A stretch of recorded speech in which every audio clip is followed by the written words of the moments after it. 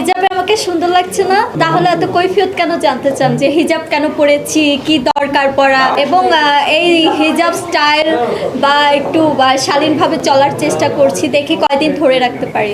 ইনশাল্লাহ ট্রাই করবো অলওয়েজ এভাবে থাকার। 14 ফেব্রুয়ারি ময়না সিনেমা রিলিজ হয়েছে এবং 3 সপ্তাহ ময়না সিনেমা হলে চলেছিল।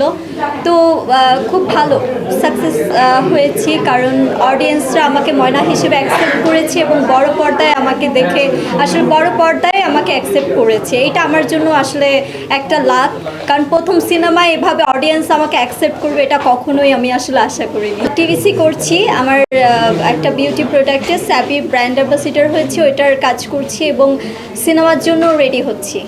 সিনেমার মানুষ, সিনেমা নিয়েই বিজি থাকতে চাই। আমার এটা বরাবরই ফ্যামিলির সাথে করা হয়। আমি যেখানেই থাকি না কেন রোজার সময় ফ্যামিলির কাছে চলে যাই। তো 2-3 দিন পর আমি খুলনা মোংলাপুর চলে যাব, আমার ফ্যামিলির সাথে ঈদ করব। এটা একসাথে ফ্যামিলির সাথে ঈদ করা হয়। আমার তো মনে হচ্ছে যে যত বড় হচ্ছে ঈদ সালামি দিন দিন আরও কমছে। অনেক সময় সালামি পাচ্ছিও না। সবাই আমার উপর ডিপেন্ড করে যে আমি ছোট ভাই বোন এবং বাচ্চা পাড়া প্রতিবেশী যারাই আছে তাদেরকে সালামি দেবো, ওই আশায় সবাই বসে থাকে। হ্যাঁ, একটা মজার একটা আছে মানে স্টোরি। এটা হচ্ছে আমরা 3 বোন 1 ভাই। তো বরাবরই আমার ছোট ভাইটা অনেক বেশি আসলে ঈদ সালামি বেশি পায় বা বেশি আব্বু ওকে বেশি দেয়।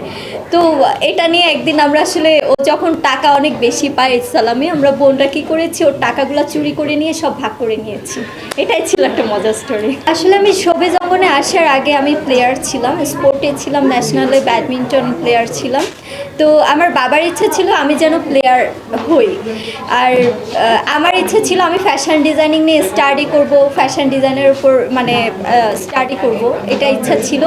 মানে একবার এক একটা আসলে মাথার উপর ভূত চাপতো, মানে এইটা করব, এটা করব, ওটা করব, কিন্তু ফাইনালি আসলে ছোটোবেলা থেকে আসলে নায়িকা হওয়ার ইচ্ছা, বড় পর্দায় নিজেকে দেখব, সেই ইচ্ছা থেকেই আসলে আমার এই ছবি অঙ্গনে চলে আসা। তবে ছোটোবেলার একটা মজার স্টোরি আমি শেয়ার করি। আমি যখন ব্যাডমিন্টন খেলতাম, আমাদের মোংলাপোর্টে একটা পরিত্যক্ত হল আছে, যেখানে আমার বাবা সবসময় ব্যাডমিন্টন খেলতে যেতেন এবং আমিও সাথে খেলতে যেতাম। আমার খেলার পথ চলা শুরু কিন্তু ওইখান থেকে, ওই পরিত্যক্ত হলে। তো যখন ওইখানে দেখতাম যে বড় পর্দা ছিল, খুবই ময়লা, মানে একটু ছিঁড়ে যাওয়া এসে, তো আমি তখনই জানতাম যে ওইখানে নাকি সিনেমা দেখা যায়, বড় পর্দায় নাকি নায়ক নায়িকাদের দেখা যায়। ওইটা দেখে না আমি ফিল করতাম।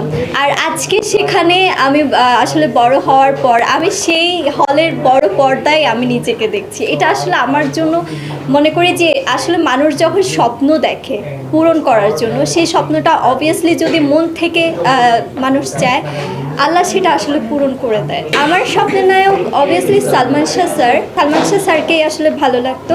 মানুষের মনের সৌন্দর্য বড় সৌন্দর্য, মন মানসিকতা ভালো যদি থাকে, আত্মবিশ্বাস যদি থাকে, কনফিডেন্স যদি মানসিকভাবে মানুষের কনফিডেন্স থাকে, তাহলে আসলে শুধু ভেতরে নয় বাহিক সৌন্দর্যটাও বৃদ্ধি পায়। তবুও আমরা মাঝে মাঝে আয়নার সামনে দাঁড়াই।